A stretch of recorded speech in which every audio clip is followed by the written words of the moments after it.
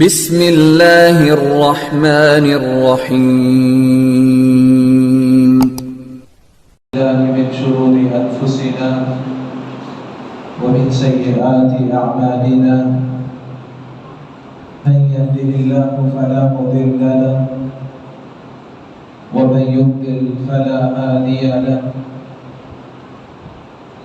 وأشهد أن لا إله إلا الله وحده لا شريك له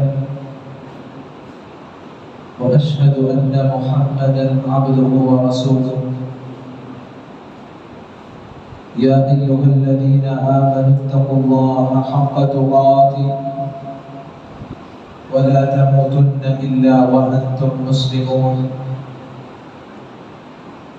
يا أيها الناس اتقوا ربكم الذي خلقكم من نفس واحدة وخلق منها زوجها وبث منهما رجالا كثيرا ونساء واتقوا الله الذي تساءلون به والأرحام إن الله كان عليكم رقيبا يا أيها الذين آمنوا اتقوا الله وقولوا قولا سديدا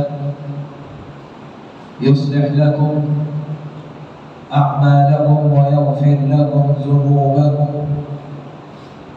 ومن يطع الله ورسوله فقد فاز فوزا عظيما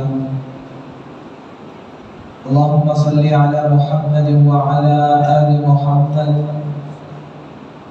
كما صليت على إبراهيم وعلى آل إبراهيم إنك حميد مجيد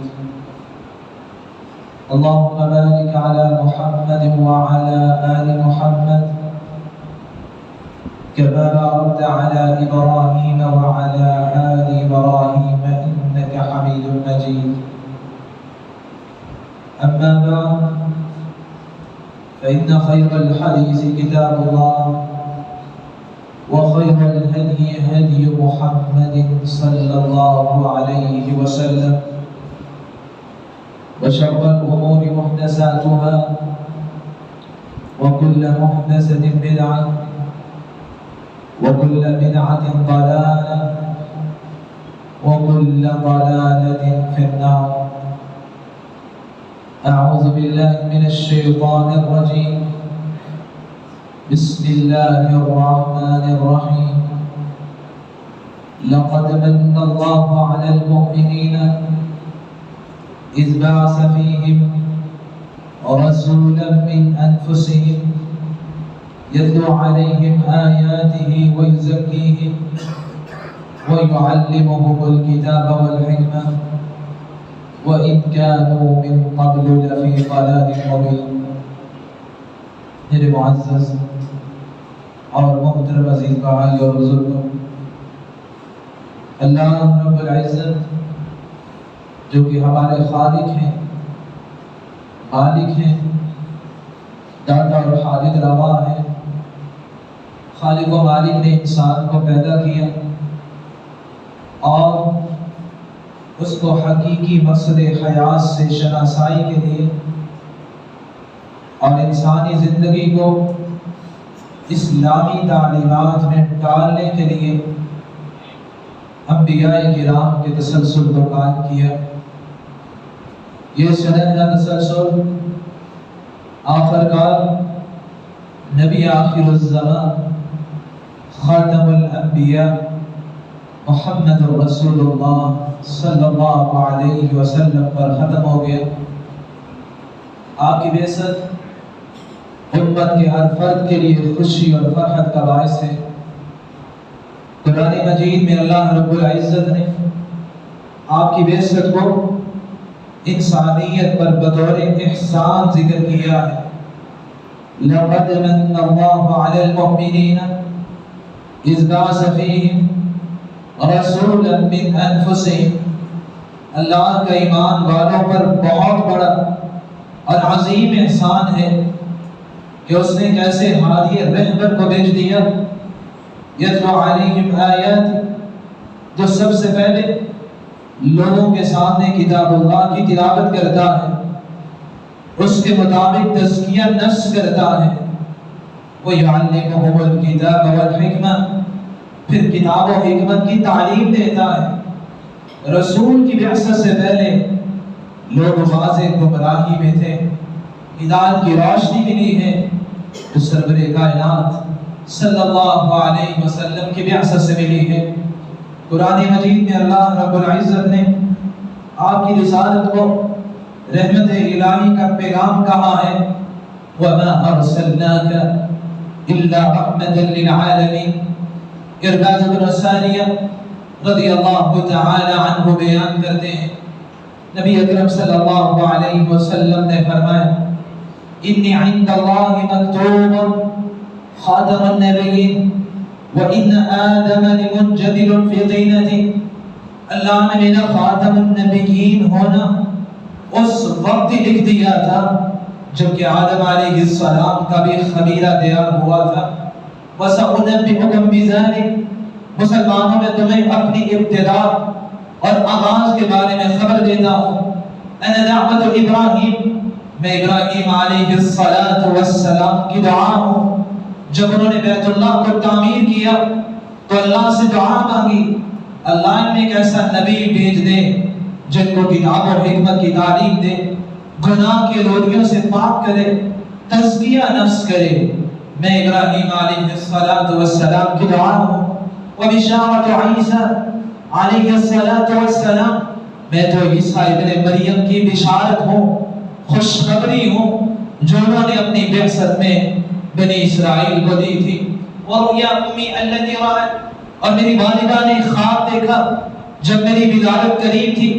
قَدْ خَرَجَ لَهَا نُورٌ أَضَاءَ لَهَا مِنْهُ قُصُورُ الشَّامِ، ان کے جسم سے ایک نور نکلتا ہے جس سے شام کے محلات روشن ہو جاتے ہیں، اور وہ نور اور وہ روشنی وہ ہدایت کا ذریعہ نبی اکرم صلی اللہ علیہ وسلم تھے۔ آپ کے ذریعے ہی جہالت کے اندھیرے چھپتے ہیں، ہدایت کی روشنی پھیلی، انسان کو انسانیت نصیب ہوئی، مظلوم اور لاچاروں کو ان کے حقوق ملے، بے آسرا اور بے نواؤں کی داد رسی ہوئی، اور سب سے بڑی بات کہ آپ کی وجہ سے ہی مجھے اور آپ کو اسلام کی دولت نصیب ہوئی۔ یہ عظیم احسان اتنا بڑا ہے کہ کسی طور پر اس کا بدلہ دیا جانا کسی طور پہ ممکن نہیں ہے۔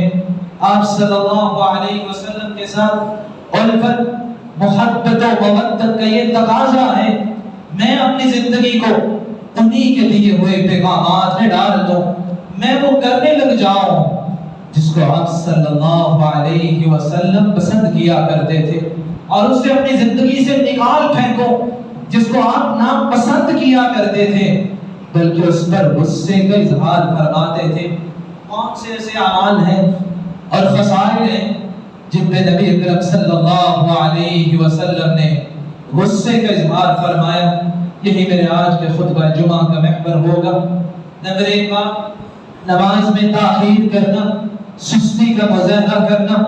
ابو ہریرہ رضی اللہ تعالی عنہ بیان کرتے ہیں، فقد ناسا فی بعض الصلوات فقال رسول اللہ صلی اللہ علیہ وسلم لقد هممت ان امر رجلا يصلي بالناس ثم اخالف الى رجال يتخلفون عنها، میرا دل چاہتا ہے جو نماز میں سستی کرتے ہیں، مسجد میں نہیں آتے، میں کسی کو حکم دوں کہ وہ لوگوں کو نماز پڑھائے، ثم اخالف الى رجال يتخلفون عنها فآمر بهم فيحرقوا بيوتهم عليهم، میرا جی چاہتا ہے کسی کو نماز پڑھانے کا حکم دوں، پھر ان لوگوں کے گھروں کی طرف چلا جاؤں جو نماز کے لیے مسجد میں نہیں آتے، اور لکڑیاں اکٹھی کر کے ان کے گھروں کو جلا دو۔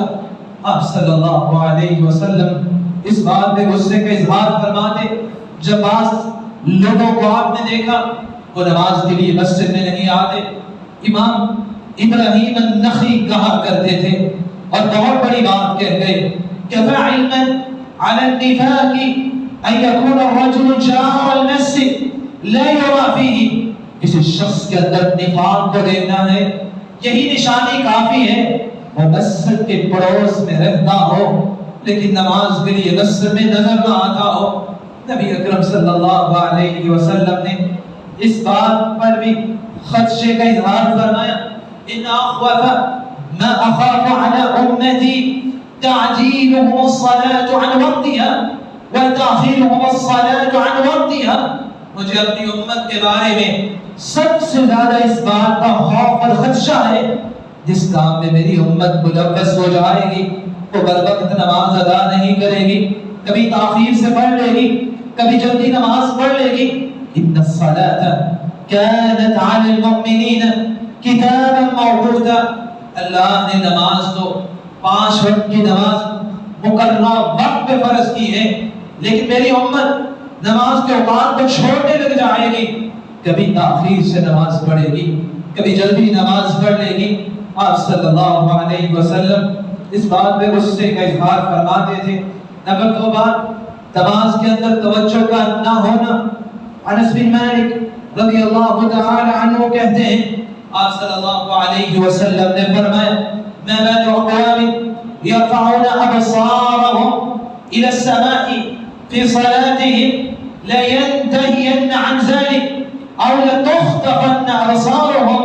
کیا ہو گیا ہے لوگوں کو، ہوتے نماز میں ہیں، ہوتے رب کے دربار میں ہیں، مسجد میں آ جاتے ہیں، لیکن یکسوئی نہیں ہوتی، وہ خشوع خضوع نہیں ہوتا، توجہ دنیا میں ہی ہوتی ہے، اپنی نگاہوں کو آسمان کی طرف اٹھانے لگ جاتے ہیں، ادھر ادھر پھیرنا، نماز کے اندر توجہ کا نہ ہونا۔ آپ صلی اللہ علیہ وسلم نے فرمایا لوگوں کو چاہیے کہ اس سے باز آ جائیں، او لتخطفن ابصارهم، مجھے خدشہ ہے کہ کہیں اللہ ان کی بینائی کو نہ کچل لے، ان کی بینائی ختم ہی نہ کر دی جائے۔ عبداللہ بن عمر رضی اللہ تعالی عنہ رأى رجلا يحرك الحصى بيده وهو في الصلاة، ایک شخص کو دیکھا نماز پڑھ رہا ہے اور ایک کنکر کے ساتھ کھیل رہا ہے۔ آپ عبداللہ بن عمر رضی اللہ تعالی عنہ کہنے لگے لا تحرك الحصى وانت في الصلاة، اے اللہ کے بندے جب تم نماز میں ہوا کرو کس چیز کے ساتھ کھیلا نہ کرو، تم اس طرح نماز پڑھا کرو جس طرح اللہ کے رسول صلی اللہ علیہ وسلم نماز پڑھا کرتے تھے۔ فإن ذلك من عمل الشیطان، یہ نماز کے اندر توجہ کا ہٹ جانا، کسی چیز کے ساتھ کھیلنے لگ جانا، یہ تو شیطانی عمل ہے، وہ انسان کی توجہ ہٹا دیتا ہے۔ رب سے جب توجہ ہٹتی ہے انسان مخلوق کی طرف توجہ کر لیتا ہے، جبکہ نماز یہ اللہ رب العزت کے ذریعے اللہ رب العزت کے ساتھ مناجات کا طریقہ ہے، مناجات کا ذریعہ ہے۔ اللہ ہمیں توجہ سے نماز پڑھنے کی توفیق عطا فرمائے۔ عبداللہ بن عمر رضی اللہ تعالی عنہ کہنے لگے فوضع يده اليمنى على فخذه، آپ صلی اللہ علیہ وسلم اس طرح نماز پڑھتے تھے، آپ اپنی شہادت کی انگلی اپنی دائیں ران پہ رکھتے، اس کے ساتھ اشارہ کیا کرتے تھے، وَرَمَا بِبَصَرِهِ إِلَيْهَا أَوْ نَحْوَهَا، اور آپ کی نگاہیں شہادت کی انگلی پر یا اس کے قریب ہوا کرتی تھی۔ انس بن مالک رضی اللہ تعالی عنہ کی ایک روایت کیا بتاتی ہے، اگر جس پہ علماء نے کلام کی ہے، یا انس اجعل بصرک حیث تسجد، انس اپنی نگاہوں کو وہاں رکھا کرو جہاں تم سجدہ کرتے ہو، نماز کے اندر اپنی نظروں کو ادھر ادھر گھمانا۔ آپ صلی اللہ علیہ وسلم اس پہ غصے کا اظہار فرماتے تھے۔ تیسرا عمل کتاب اللہ میں اختلاف کرنے لگ جانا۔ عبداللہ بن عمر رضی اللہ تعالی عنہ بیان کرتے ہیں حجرت الى رسول اللہ صلی اللہ علیہ وسلم یوما، میں دن صبح کے وقت آپ صلی اللہ علیہ وسلم کے پاس آتا ہوں، فسمع اصوات رجلین اختلفا فی آیہ فخرج علینا رسول اللہ صلی اللہ علیہ وسلم، آپ صلی اللہ علیہ وسلم نے دو لوگوں کی آوازوں کو سنا، وہ قرآن مجید کی ایک آیت میں اختلاف کر رہے تھے۔ ہونا تو یہ چاہیے جب قرآن کی کوئی آیت سمجھ نہیں آ رہی، فاسألوا اہل ذکر ان کنتم لا تعلمون، قرآن کہتا ہے جب کسی چیز کے بارے میں علم نہ ہو تو اہل علم سے سوال کر لو، اہل ذکر سے، اہل قرآن سے سوال کر لو۔ منمانی کی تفسیر کرنا، تعبیرات پیش کرنا، اپنی فکر میں دوڑانے لگ جانا، یہ مسلمان کا شیوا نہیں ہوتا۔ آپ صلی اللہ علیہ وسلم باہر نکلتے ہیں، حتی یعرف فی وجہہ الغضب، آپ کے چہرے پہ غصے کے آثار نمایاں ہوتے ہیں۔ فرمایا مسلمانوں انما ہلک من کان قبلکم باختلافہم فی الکتاب، تم سے پہلے امتیں اگر ہلاک ہوئی ہیں تو اسی وجہ سے کہ وہ کتاب اللہ میں تعویل کیا کرتی تھی، اختلاف کیا کرتی تھی۔ ہونا تو یہ چاہیے مجھے کس چیز کے بارے میں نہیں پتا تو میں علماء کی طرف رہنمائی کروں، ان سے پوچھ لوں اس آیت کا کیا معنی ہے، وہاں میں یہ کہنے لگ جاؤں میری رائے یہ ہے۔ آپ صلی اللہ علیہ وسلم اس پر غصے کا اظہار فرماتے تھے۔ میرے معزز اور محترم بھائیو، آج ہر مسلمان کا دعویٰ ہے محبت رسول کا، کہ محبت رسول پہ جان بھی قربان ہے۔ یہ واقعی ہونا بھی چاہیے کہ پوری دنیا سے بڑھ کے سب سے زیادہ اگر کسی سے محبت ہونی چاہیے تو سرور کونین صلی اللہ علیہ وسلم سے ہونی چاہیے۔ مولانا ظفر علی خان صاحب کہا کرتے تھے نماز اچھی، روزہ اچھا، زکات اچھی، حج اچھا، میں باوجود اس کے مسلمان ہو نہیں سکتا نہ جب تک کٹ بنو خواجہ یسرف کی عزت پہ خدا شاہد ہے کامل میرا ایمان نہیں ہو سکتا۔ تو آپ صلی اللہ علیہ وسلم کے ساتھ محبت کے ساتھ اطاعت رسول کو بھی اپنانا یہ ہر مسلمان کا شیوا ہونا چاہیے۔ اللہ ہم سب کو اس بات کی توفیق نصیب فرمائے۔ میرے معزز اور عزیز بھائیو، چوتھی خصلت جس پہ آپ صلی اللہ علیہ وسلم نے غصے کا اظہار فرمایا، ایک انصاری اور زبیر بن العوام رضی اللہ تعالیٰ عنہ کے مابین بار کی سرابی میں اختلاف ہو جاتا ہے۔ نبی اکرم صلی اللہ علیہ وسلم کے پاس اختلاف آتا ہے، فرمایا اسقی یا زبیر ثم ارسل الماء الى جارک، زبیر اپنے بار پر سیراب کیا کرو پھر اپنے پڑوسی کے لیے پانی چھوڑ دیا کرو۔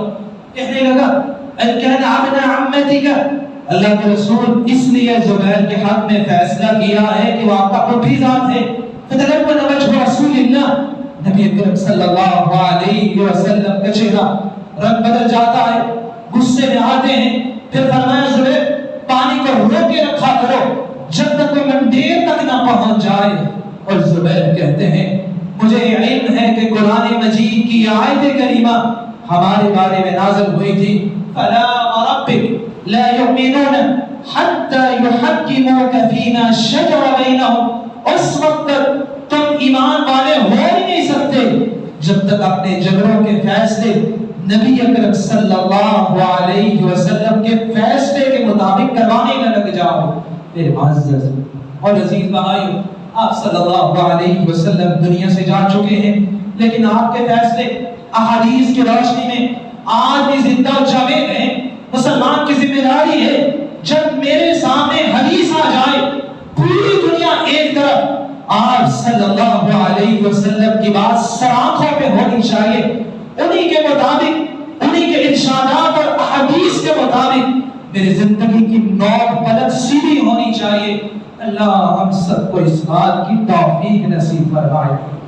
آپ صلی اللہ علیہ وسلم نے پانچواں کام جس پہ غصے کا اظہار فرمایا، عمر بن شعیب اپنے والد اور اپنے دادا سے بیان کرتے ہیں اذا ذکروا فی آیہ من القرآن فاختلفوا حتی ارتفعت ابصارهم، صحابہ کرام قرآن مجید کی ایک آیت کا ذکر ہو رہا تھا، اختلاف ہوتا ہے، حتی ارتفعت ابصارهم، آوازیں بلند ہو جاتی ہیں۔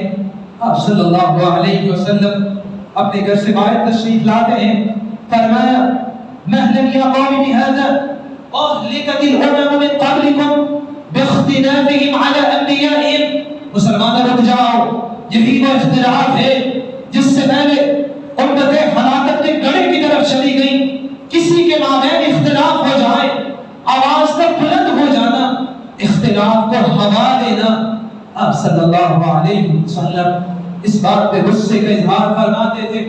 اس طرح کے صحابہ بیان کرتے ہیں مہاجر اور انصار میں سے دو غلاموں کے مابین اختلاف ہوتا ہے، مہاجر آواز لگاتا ہے یا مہاجر، اے مہاجرین کی جماعت میری مدد کو پہنچو. انصاری بھی آواز لگاتا ہے یا للانصار، انصاریوں میری مدد کو آ جاؤ. دونوں طرف سے لوگ جمع ہوتے ہیں. نبی کریم صلی اللہ علیہ وسلم تک آواز پہنچتی ہے.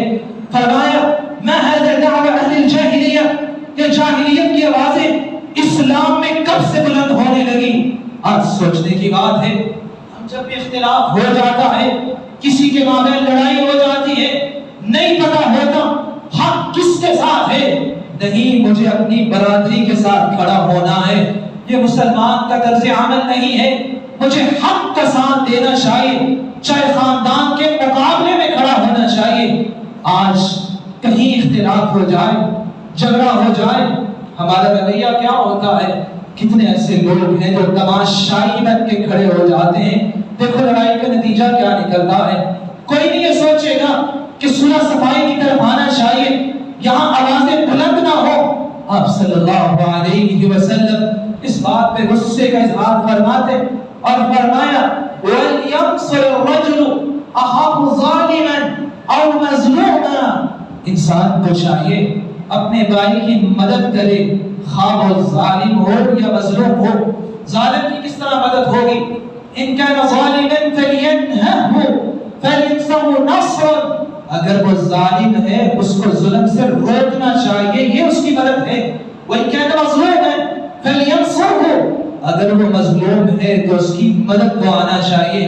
اللہ ہمیں اس بات کی توفیق نصیب فرمائے. میرے معزز اور عزیز بھائیو، چھٹا کام اس پہ آپ صلی اللہ علیہ وسلم نے غصے کا اظہار فرمایا، کسی کی ناجائز سفارش کرنے لگ جانا. مخزوم قبیلے کی عورت چوری کرتی ہے. صحابہ کرام سوچتے ہیں کوئی سفارش کے لیے اللہ کے رسول کے پاس جائے. اسامہ بن زید رضی اللہ تعالی عنہ آپ صلی اللہ علیہ وسلم کے پاس سفارش لے کے آتے ہیں. آپ غصے میں آتے ہیں. فرمایا اتشفع فی حد من حدود اللہ یا اسامہ.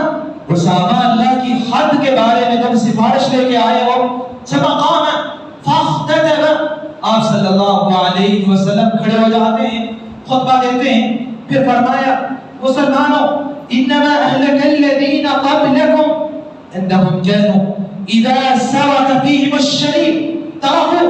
تم سے پہلی امتیں ہلاکی اس وجہ سے ہوئی ہیں، اگر کوئی عہدیدار، کوئی منصب والا، کوئی جان جلال رکھنے والا چوری کر لیتا تھا تو اس کو چھوڑ دیا جاتا تھا. وَإِذَا سَرِقَ فِيهِ مُبْتَعِينَ. اگر کوئی کمزور چوری کر لیتا قام علیہ الحد، اس پہ فوری حد کا نفاذ کر دیا جاتا. مسلمانوں یاد رکھو، تم سفارش لے کر آئے ہو، میں اس بات کی بات کرتا ہوں لو ان فاطمہ بنت محمد سرقت لقطعت يدها.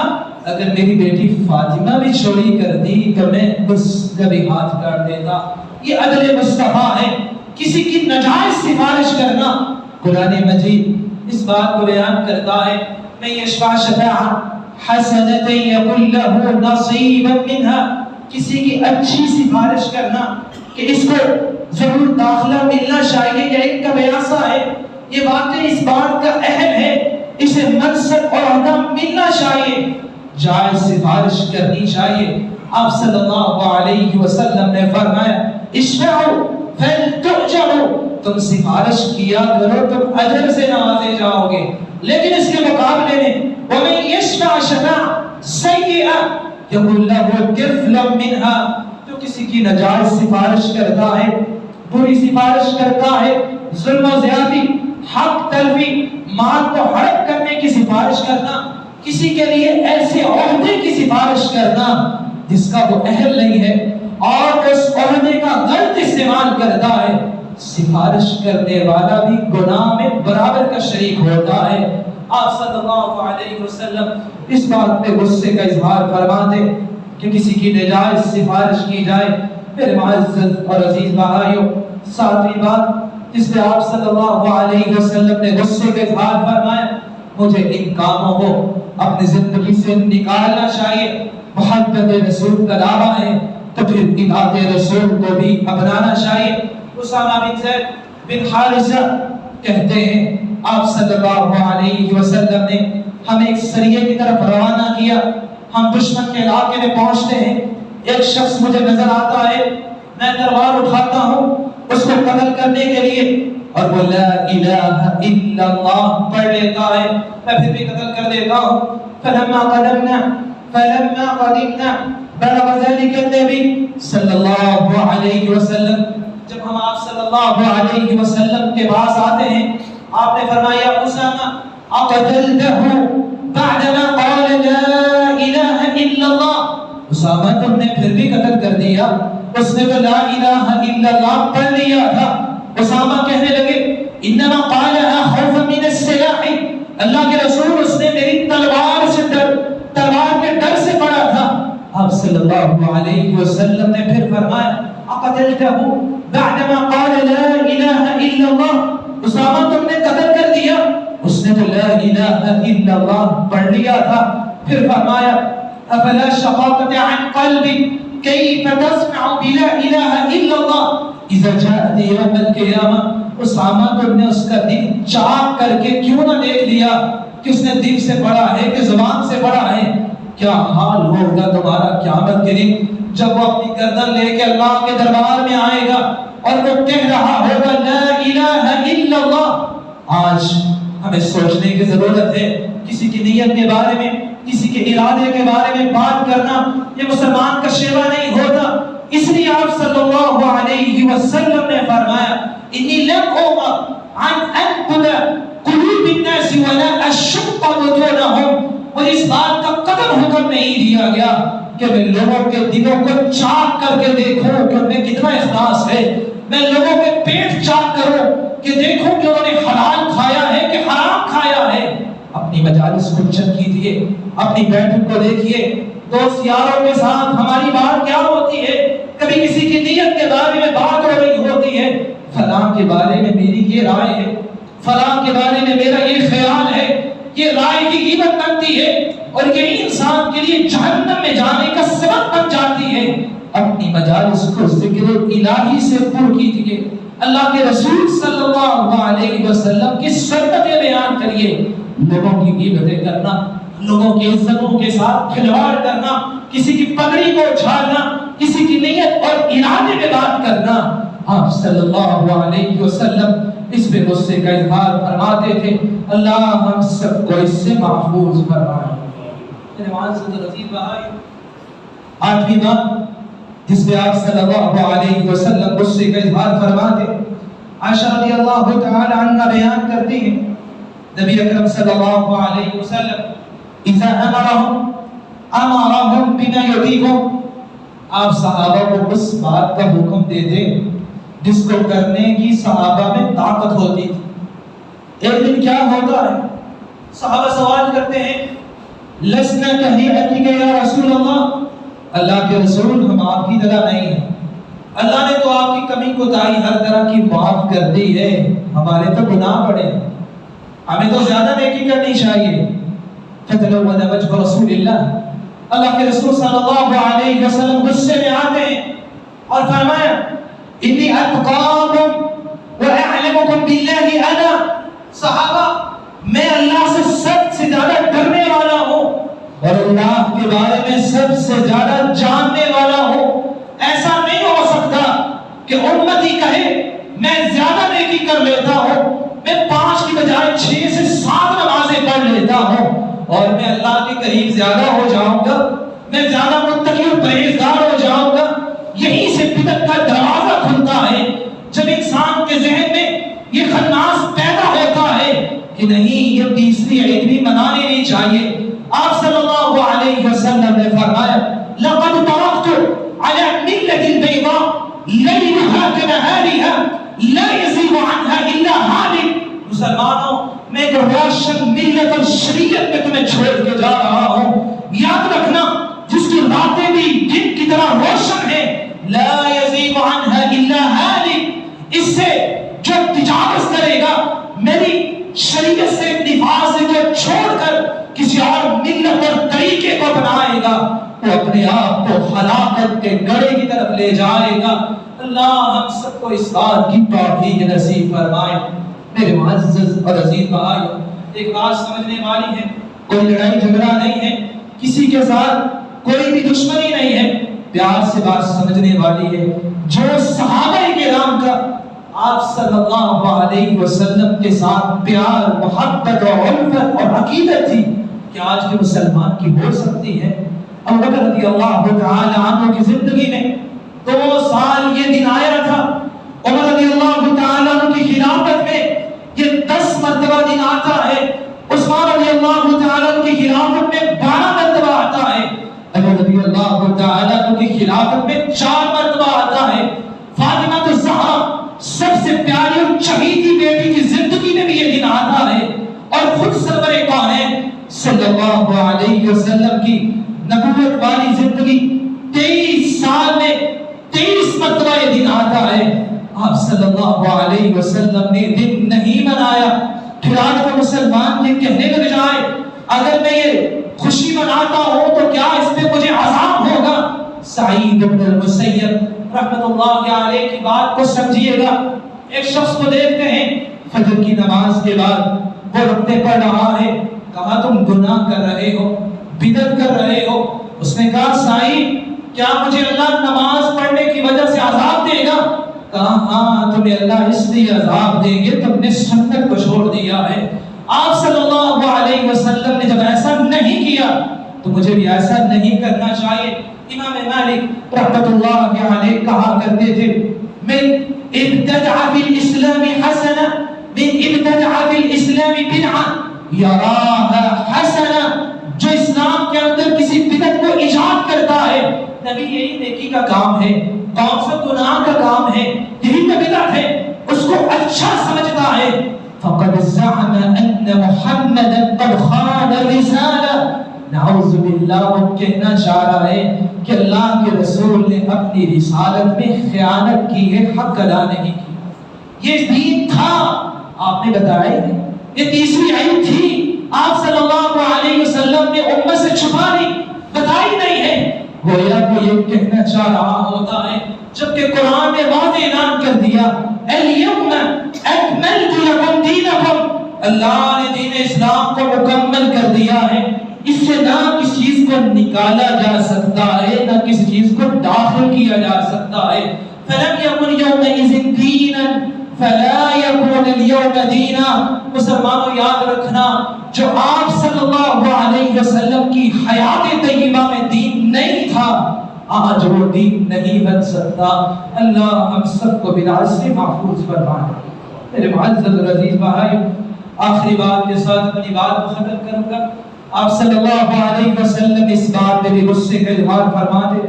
عائشہ رضی اللہ تعالی عنہا بیان کرتی ہے دخل علی النبی صلی اللہ علیہ وسلم وفي البيت قرآن فيه صور ثم فتلون وجه رسول الله فاهتدى حتى هتكه الستر. آپ صلی اللہ علیہ وسلم میرے گھر میں تشریف لاتے ہیں. آپ نے ایک ایسے پردے کو دیکھا جس میں تصویر بنی ہوئی. آپ کا چہرہ اندر بدل جاتا ہے، کلر نہ پڑ جاتا ہے. آپ نے ہاتھ کو بڑھاتے ہیں اور اس پردے کو پھاڑ کے رکھ دیتے ہیں.